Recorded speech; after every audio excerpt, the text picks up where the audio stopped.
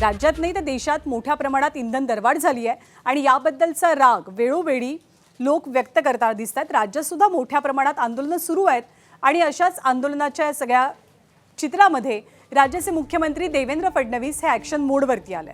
राज्यात डिझेल आणि पेट्रोलची कृत्रिम टंचाई निर्माण करून जे साठेबाजी करतायत त्यांच्यावरती कठोर कारवाई केली जाईल असा इशारा मुख्यमंत्र्यांनी दिलाय। वाढत्या मागणीचा गैरफायदा घेऊन होणारा काळा बाजार खपवून घेतला जाणार नाही असंही त्यांनी स्पष्ट केलं। सोबतच पुरवठा विभागाला कडक कारवाई करण्याचे आदेश देण्यात आले।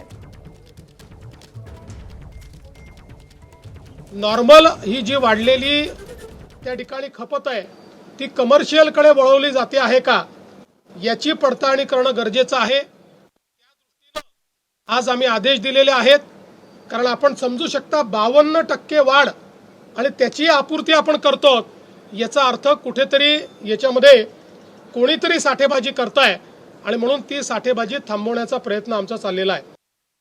पण डिझेलच्या वाढत्या दरांचा सर्वसामान्यांच्या आयुष्यावर आगामी काळात मोठा परिणाम होण्याची शक्यता वर्तवली जाते। वाहतूक किंवा प्रवास हा महाग होण्याचा अंदाज आहे। राज्याचे परिवहन मंत्री प्रताप सरनाईक यांनी या संदर्भातले संकेत सुद्धा दिलेले आहेत, कारण एसटी महामंडळावर डिझेलच्या वाढत्या दरांमुळे आगामी काळात पुढच्या वर्षभरात 124 कोटी रुपयांचा अतिरिक्त भार पडणार आहे। त्यामुळे एसटीच्या खर्चात बचत करण्याचे निर्देश परिवहन मंत्र्यांकडून दिले गेले आहेत। सोबतच इंधनाचे दर असेच वाढते राहिले तर भविष्यात एसटीचं तिकीट महागण्याची शक्यता त्यांनी व्यक्त केली आहे। एसटी महामंडळाला इंधन दरवाढीमुळे होणारा तोटा टाळण्यासाठी राज्य सरकारकडे आर्थिक मदतीची मागणी सुद्धा परिवहन मंत्र्यांकडून करण्यात आली आहे। डिझेलच्या वाढलेल्या किमतीमुळे एसटी महामंडळाला जर आजची किंमत पकडली तर 310 कोटी रुपयाचं नुकसान हे वर्षाला होणार आहे आणि ते नुकसान एसटी महामंडळ सहन करू शकणार नाही।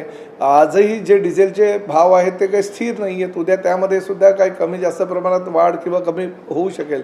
त्यामुळे सध्या परिस्थितीमध्ये आम्ही राज्य शासनाच्या ज्या काही सूचना आहेत त्याप्रमाणे आम्ही आमच्या अंमलबजावणी आम्ही करतो आहे, परंतु भविष्यामध्ये अशीच वाढ होत राहिली तर एसटी महामंडळाला सुद्धा भाडेवाढीशिवाय पर्याय राहणार नाही, ही वस्तुस्थिती आहे।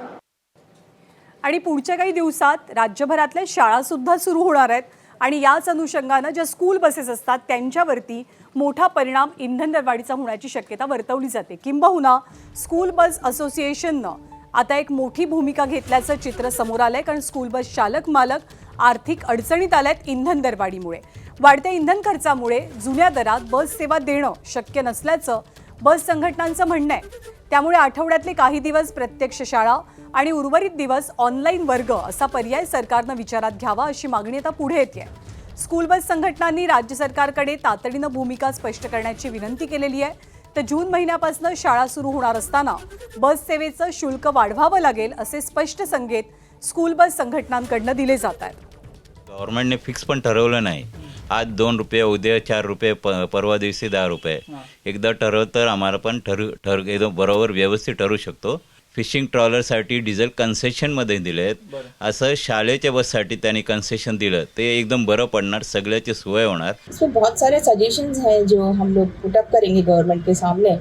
सजेशंस में ऐसा है कि हाइब्रिड मोड में स्कूल्स को स्टार्ट किया जाए।